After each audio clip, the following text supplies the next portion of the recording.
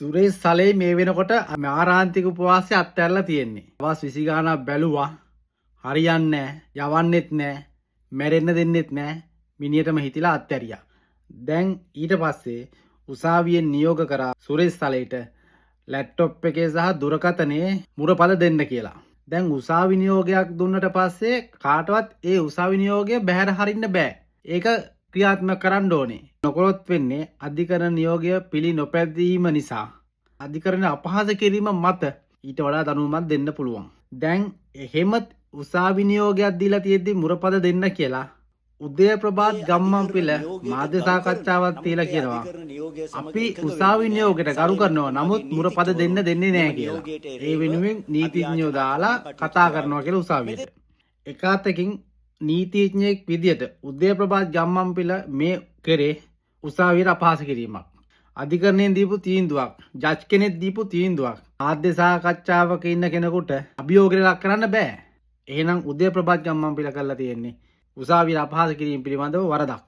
අනිත් පැත්තෙන් ඔයාලා නිකන් හිතලා බලන්නකෝ.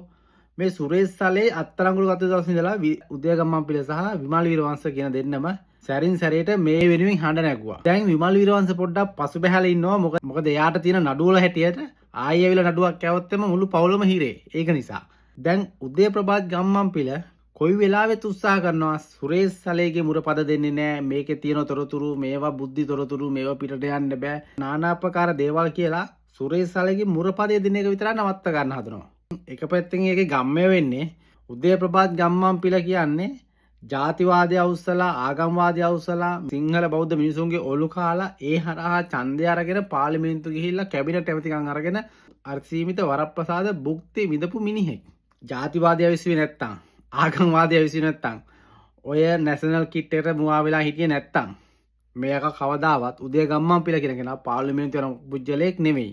එක පැත්තෙන් උදය ගම්මන්පිල ඒ දේවල් කරන්න තව කෙනෙක්ගෙන් ආපු බලපෑම මත උපදේශ මත ජාතිවාදී ආගම්වාදී ඇදලා ඔතෙන්ට ආව වෙන්න පුළුවන්. එතකොට මේ පාසුක පහරේ මහමොලකරු සුරේෂ් සලේ නම් උදය ගම්මන්පිලලා ඒ වයි කොටස්කාරයෝ. එතකොට සුරේෂ් සලේගේ ලැප්ටොප් එකේ සහ දුරකථනයේ මුරපද දීලා ඒව විවරණය වෙලා ඒ වයි තියෙන තොරතුරු CID ට ගියාට පස්සේ උදය ගම්මන්පිල මේ පාසුක පහර වෙනුවෙන් සිද්ධ කරපු භූමිකාව එයට එන්න පුළුවන්නේ. ඒක නිසා උදය ගම්මන්පිල මේ වෙනුවෙන් කොහෙලාවෙ පෙනී ඉන්න වෙන්න පුළුවන්. මොකද උදය ගම්මන්පිල කරන කියන දේවල් කනුව අපිට එහෙම නිගමනට එන්න පුළුවන්නේ. බැරි වෙලාවත් සුරේෂ් සලේගේ ලැප්ටොප් එකේ සහ දුරකථනයේ ගම්මන්පිල මේ වෙනුවෙන් කරපු කැපකිරීම උදය ගම්මන්පිලගේ පාට් එක.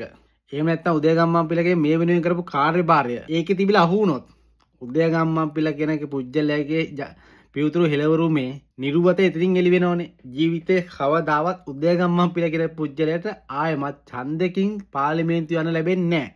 එක පැත්තෙන් අනිත් පැත්තෙන් අර සිංහල බෞද්ධ කියලා නැෂනල් කිට් එක ගහලා පියුතුරු හෙළවරුමේ කියලා බෝඩ් එකක් ගහගෙන ඡන්දෙ ගත්තු මිනිස්සු ගල් ගහලා පන්නන්න ඊට පස්සේ. ඒ වයින් බේරෙන්න කොහොම හරි සුරේෂ් සලේ ගාව තියෙන ගම්මන්පිලගේ වීරවංශලාගේ එහෙම නැත්නම් රාජපක්ෂලාගේ මේකට සම්බන්ධ අනිත් මිනිස්සුන්ගේ තොරතුරු ටික CID එකට යන එක නවත්තන්න ඕනේ. ඉතින් ඒ වෙනුවෙන් උදය ගම්මන්පිල කරන්න නැති දේවලුත් කරනවා. ඒ වෙනුවෙන් අධිකරණයට අපහසු වුණත් කමක් නැහැ කියලා මාධ්‍ය සාකච්ඡා දාලා ප්‍රකාශන නිකුත් කරනවා.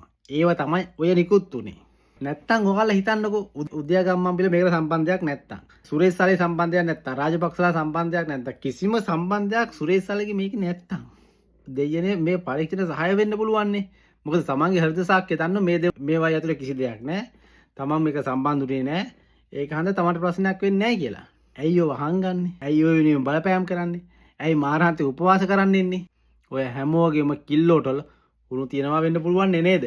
කොහොම වුණත් මොන විදියෙන් හරි පරිගණකයේ සහ දුරකථනයේ තියෙන පාස්කු ප්‍රහාරය පිළිබඳ තියෙන රහස් තොරතුරු ටික අපේ රටේ මිනිස්සු දැනගන්න ඕනේ. එහෙම නැත්නම් CID එක දැනගන්න ඕනේ. ඊට පස්සේ අධිකරණය දැනගන්න ඕනේ. එහෙම වැරද්දක් කරලා තියෙනවා නම් ඒවට ගෑවිච්ච හැම එකකටම දඬුවම් දෙන්න ඕනේ. එහෙම නොවුනොත් වෙන්නේ ඊළඟ පාර මුන් බලය වෙනුවෙන් පන්සල් කෝවිල් පල්ලි හැමතැනකම බෝම්බ උපුරවන්න පුළුවන්. මොකද මුන්ට ඕනේ මිනිස්සුවත් රටවත් රටේ ප්‍රශ්නවත් නෙමෙයි. උන්ගේ ප්‍රශ්න වෙනුවෙන්, උන්ගේ බලය වෙනුවෙන්, උන්ගේ ඕන අපහාකම් වෙනුවෙන් උන්ගේ ලක්කයට යන්න. ඒ වෙනුවෙන් උන් ඕන දෙයක් කරනවා.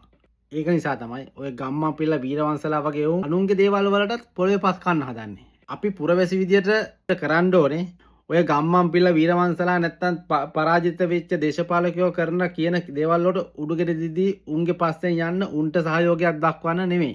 අපි මේ රටේ අභිවෘද්ධිය වෙනුවෙන් අපේ රටේ දරුවන්ගේ අනාගතය වෙනුවෙන් දැනුවත් කෙලින් හිත ගන්න ඕනේ.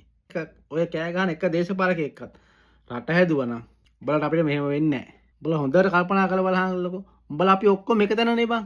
ජීවිතලා තියෙන උන් විතරයි. ඇයි ඒ? උන් අපිව පාවිච්චි කරා. අපි උන් වෙනුවෙන් පෙනී හිටියා.